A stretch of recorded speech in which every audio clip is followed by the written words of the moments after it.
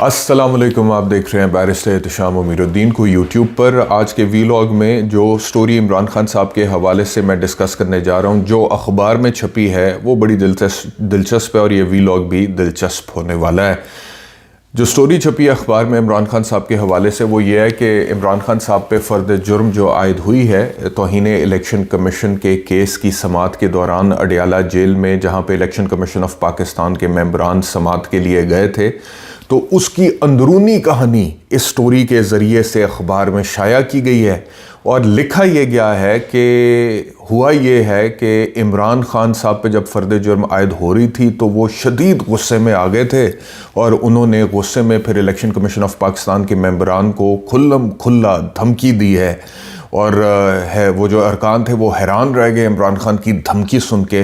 अब वो धमकी क्या दी है इमरान खान ने, उसके ऊपर मैं इस वीलॉग में बात करूंगा कि अगर तो वो यही कहा है इमरान खान साहब ने, जो रिपोर्ट किया जा रहा है स्टोरी के अंदर कि ये उन्होंने कहा है, जिसको धमकी के तौर पे प्रेजेंट किया जा रहा है, तो वो वाकई कानूनी तौर पे धमकी के तौर पे क्वालिफाई होती है या नहीं होती। और फिर इसका जो पॉलिटिकल एंगल है उसके ऊपर भी बात करूँगा और उसका लीगल एंगल पर भी बात करूँगा।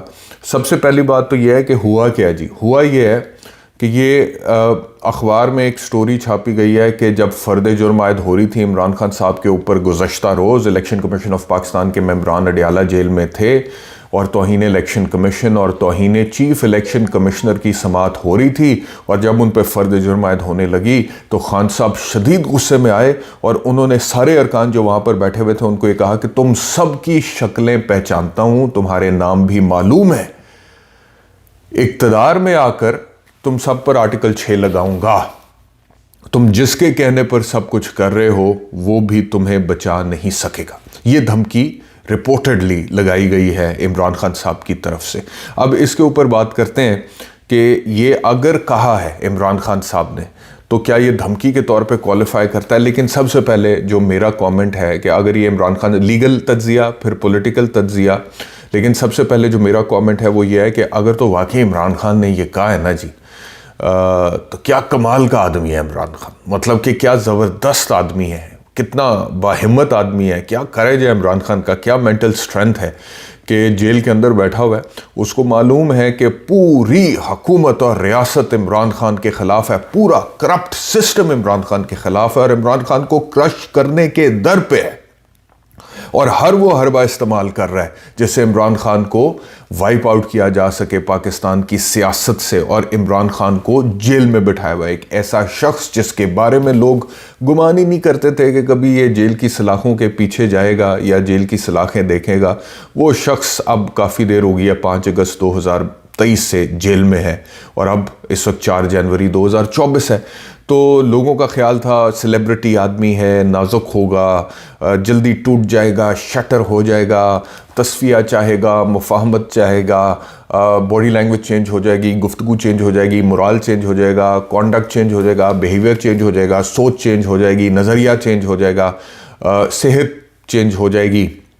खैर वो अल्लाह के हाथ में होती है, लेकिन कुछ सियासतदान आपको पता है कि खुद से भी सेहत ऊपर नीचे करते रहते हैं, कभी ऊपर कभी नीचे, कभी प्लेटलेट काउंट ऊपर कभी प्लेटलेट काउंट नीचे। तो इस तरह के प्लेटलेट काउंट या कोई चीज़ इमरान खान की भी ऊपर नीचे हो जाएगी, ये लोगों का ख्याल था। लेकिन क्या डटा हुआ है, क्या शेर की तरह डटा हुआ है और वहाँ से कह रहा है उनको वो मतलब कि वो इलेक्शन कमीशन ऑफ पाकिस्तान के जो मेंबरान बैठे हैं और वो लगा रहे हैं इमरान खान के ऊपर फ़र्द जुर्म और जेल में बैठा हुआ, जैसे वो आपने देखा ना कि शेर को अगर पिंजरे में भी बंद कर दिया जाए तो शेर दहाड़ता है पिंजरे के अंदर से भी, परवाह किए बगैर कि मैं पिंजरे के अंदर हूँ। तो जो इम्प्रेशन गया ना इस स्टोरी का, हालांकि नीयत ये नहीं थी स्टोरी छापने वालों की और छपवाने वालों की, लेकिन जो इम्प्रेशन ये गया है कि बब्बर शेर जो है वो पिंजरे के अंदर से भी धाड़ रहा है और शेर पिंजरे के अंदर भी शेर ही है, ये इम्प्रेशन गया। तो मेरे जहन में भी पहला इम्प्रेशन यही गया। अब हम आ जाते हैं लीगल एनालिसिस के ऊपर।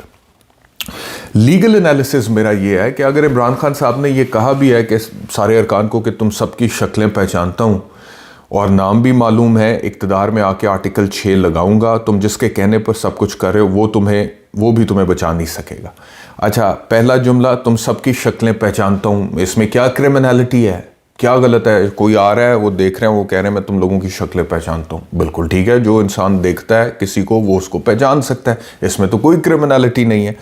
फिर तुम लोगों के नाम भी मालूम है, इसमें भी कोई क्रिमिनलिटी नहीं है। मतलब कि उन्हें अपने नाम पे उनका नाम मालूम होना इमरान खान को, इसमें कोई ऑफेंस नहीं है।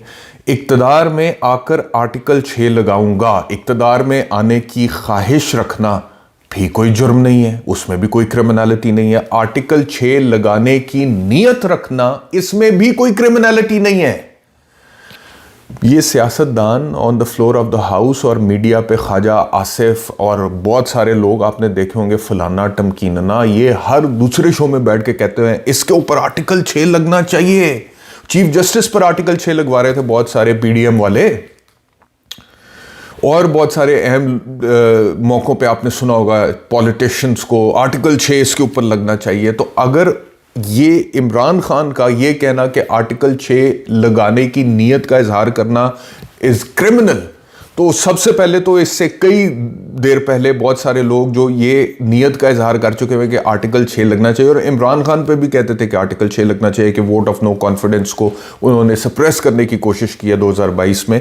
तो सबसे पहले तो उनके ऊपर फिर क्रिमिनल ऑफेंस जो है वो लगना चाहिए कि इन्होंने आर्टिकल 6 लगाने की बात। तो इसमें भी कोई क्रिमिनलिटी नहीं, बावजूद इसके कि मिसाल के तौर पे जिस शख्स की नीयत है कि मैं वो मिसाल के तौर पे मेरी नीयत है कि मैं फलाने के ऊपर आर्टिकल 6 लगाऊं, और जिस बुनियाद पे वो नीयत है वो बुनियाद कानूनी तौर पर चाहे दुरुस्त नहीं भी है, वो मिस इंटरप्रेटेड है, फ्लॉड है, लेकिन उसके बावजूद दिस इज नॉट क्रिमिनल कि मैं आर्टिकल 6 लगाने की ख्वाहिश रखता हूं किसी के ऊपर।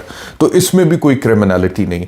तुम जिसके कहने पर सब कुछ कर रहे हो वो भी तुम्हें बचा नहीं सकेगा, इसमें भी कोई क्रिमिनलिटी नहीं है कि अगर आप कहते हैं किसी को कि आप किसी के कहने पर ये कर रहे हैं और वो आपको बचा नहीं सकेंगे, तो ये आपकी अपनी राय है, और उस राय की बुनियाद पे किसी किस्म का कोई ऐसा कानून की खिलाफ वर्जी नहीं झलक रही है जिसकी वजह से कोई क्रिमिनल ऑफेंस जो है वो साबित होता हो। तो इसमें भी कोई क्रिमिनलिटी नहीं है। तो कहने का मकसद ये है कि जो स्टोरी छापी गई है कि इमरान खान ने धमकी लगाई, from a legal point of view I am trying to explain to you कि अगर ये दुरुस्त भी है तो इसका पहला तो इमरान खान को पॉलिटिकली फ़ायदा हुआ है, क्योंकि उनका जो सपोर्ट है उसकी नज़र में इमरान खान का कद और बढ़ गया है कि देखो यार अभी तक डटा हुआ है। दूसरा, लीगल पॉइंट ऑफ व्यू से इस सारी स्टेटमेंट के अंदर कोई क्रिमिनलिटी नहीं है। और आगे इसका जो लीगली दूसरा एंगल है वो ये है कि he has all the right to say that. Why? ये इस वजह से क्योंकि इमरान खान साहब जो कह रहे हैं, ये जो अगर ये उन्होंने कहा है तो इसके अंदर तो बहुत सच्चाई है।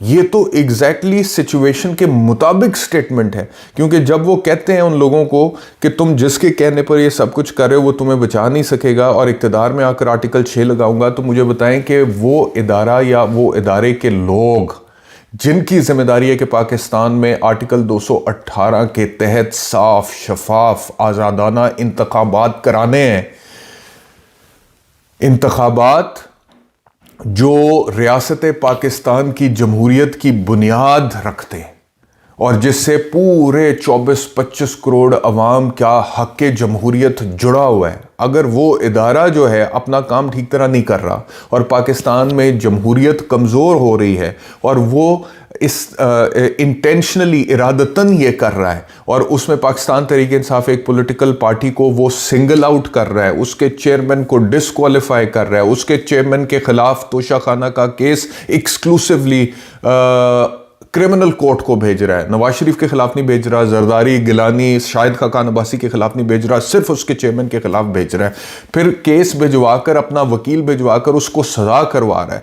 फिर पूरी की पूरी सियासी जमात के नॉमिनेशन पेपर्स रिजेक्ट कर देता है, ठीक है जी। और फिर उसके बाद तौहीन ने इलेक्शन कमीशन का भी केस बनाता है, फिर उसको भी अडयाला जेल के अंदर करता है और उसके बाद फिर बल्ले का निशान छीन लेता है और उसके बाद फिर जो कुछ प्री पोल रिगिंग हो रही है और जो प्रेस कॉन्फ्रेंसेस और जितना कुछ भी पाकिस्तान तहरीक इंसाफ के साथ हुआ है उनको पॉलिटिकली क्रश करने के लिए, उसका नोटिस ही नहीं लेता। आंखें बंद कर देता है। निगरान हुकूमत सब कुछ करी जा रही है निगरान दौरे हुकूमत में, और उसका भी नोटिस नहीं लेता कि आप अपने इख्तियारात से तजावुज़ कर रहे हैं, और ये इलेक्शन कमीशन ऑफ पाकिस्तान का काम है कि आपको अपने इख्तियारात की हदूद में रखे, उसका भी नोटिस नहीं रहता। तो असल में तो वो इदारा सारे का सारा जो जमहूरियत का प्रोसेस है वो उसको डीरेल कर रहा है, वो इदारा तो डील, और उसमें फिर पूरा इंतखाब इलेक्शन एक चोरी अगर हो रहा है और इलेक्शन के ऊपर अगर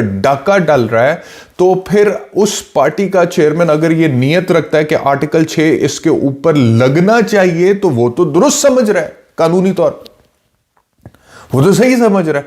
तो उनकी इस स्टेटमेंट में बड़ा दम है, बड़ी जान है। It is a very strong statement and legally I believe that it is correct. ये स्टेटमेंट बिल्कुल ठीक है। इमरान खान के पास पूरा ये राइट है कि कल को जब हालात तब्दील हों, वो इक्तदार में आए, तो वो लोग जिन्होंने इलेक्शन चोरी किया था, जिन्होंने प्री पोल और पोस्ट पोल रिगिंग की थी और पोलिंग डे वाले दिन रिगिंग की थी, उन लोगों के एहतसाब के कटहरे में खड़ा करें, क्योंकि ये इंतखाब के ऊपर डाका डालना 24-25 करोड़ अवाम के हक पर डाका डालना है। ये कोई इमरान खान के खिलाफ बात नहीं है, ये पूरे लोगों का मैंडेट चोरी करना है। तो इसके ऊपर ये जुमला कानूनी तौर पर बिल्कुल दुरुस्त है। अब आ जाते हैं इसके पॉलिटिकल एंगल की तरफ। पॉलिटिकल एंगल ये है कि जो कुछ भी मैंने आपको बता दिया है कि मॉरली उसका क्या इम्पैक्ट गया है पाकिस्तान तहरीक इंसाफ के कारकुनान के ऊपर, लीगली उसकी क्या सिचुएशन है, लेकिन जिन्होंने स्टोरी छापी है या छपवाई है ना जी, उनकी इंटेंशन क्या है, उसमें ये पॉलिटिकल एंगल भी देख लेते हैं। उनकी इंटेंशन ये है कि उन्होंने अब ये स्टोरी छापी है, अब उन्होंने एक और केस बनाने की कोशिश करनी है इमरान खान, और कोशिश क्या उन्होंने कर देना है, क्योंकि आजकल तो कोई पूछने वाला है नहीं, कुछ भी केसेस वगैरह हो जाते हैं, और पीटीआई के खिलाफ तो वैसे ही हो जाते हैं और इमरान खान के खिलाफ तो भागकर हो जाते हैं। तो वो ये चाहते हैं कि इमरान खान को बड़ा ख़तरनाक मज़ीद प्रेजेंट किया जाए कि जी ये बड़ा ख़तरनाक आदमी है, तो इलेक्शन कमीशन ऑफ पाकिस्तान के मेंबरान को भी धमकी लगा रहा है। हालांकि वो धमकी नहीं है मेरी नज़र में, कानूनी तौर पर that is a statement which is completely justified in the circumstances what has happened with Imran Khan.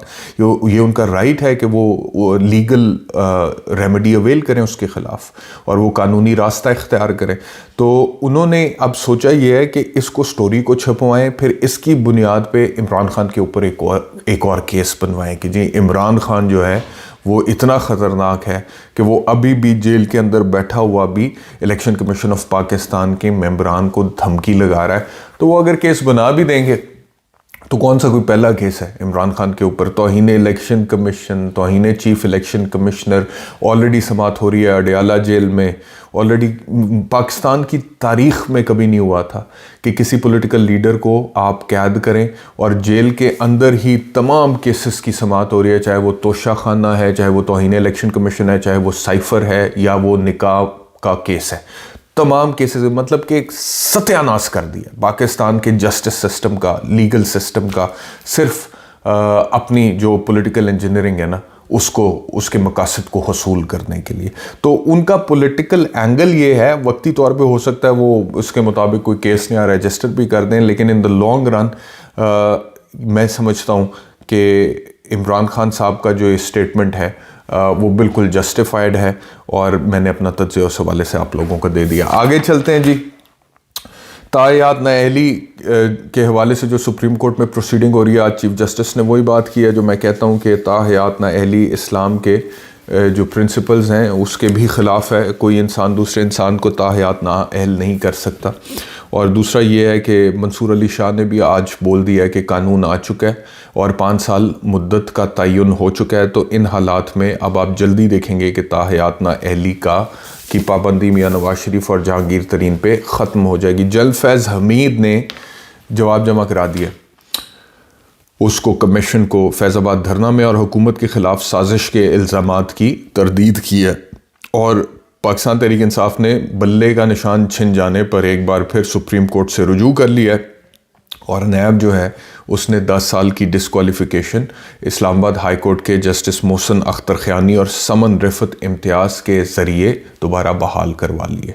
तो एक तरफ ताहयात नाअहली ख़त्म हो रही है और वो इलेक्शन एक्ट आ रहा है, और दूसरी तरफ नैब का जो कानून है उसमें 5 साल फैसला आ गया था कोर्ट का कि इसमें भी 5 साल होगी, तो उसमें वापस 10 करवा लिया है। क्यों? क्योंकि अब इमरान खान को नैब में सज़ा दिलवाने का इरादा है और इस वजह से वो 10 साल के लिए होना चाहिए, और नवाज शरीफ का 5 साल के लिए करने के लिए स्पेशल लेजिस्लेशन। और अगर उस स्पेशल लेजिस्लेशन की बुनियाद पे नवाज शरीफ की ताहयात 5 में बदल सकती है, तो ये कैसे 10 साल नैब का कानून अलहदा से चला सकते हैं? तो बुनियादी तौर पर कानून ये है पाकिस्तान में when it comes to politics कि कोई कानून नहीं।